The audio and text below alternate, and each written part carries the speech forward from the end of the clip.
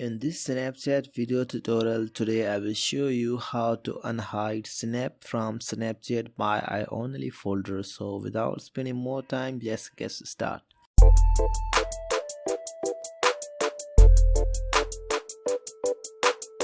So first of all, open the Snapchat app, and here you will find guys the memory folder icon. So tap on this one.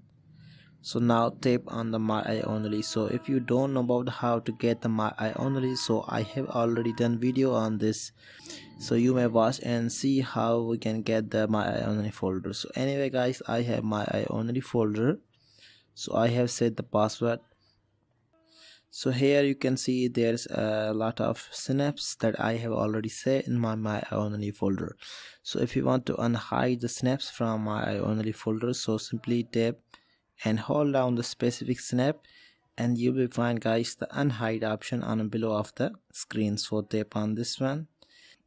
So right now you can see the snap is completely unhide from my I Only. So now this snap will be moved to the snaps folder. So when I tap on this one, so you can see the new picture display here.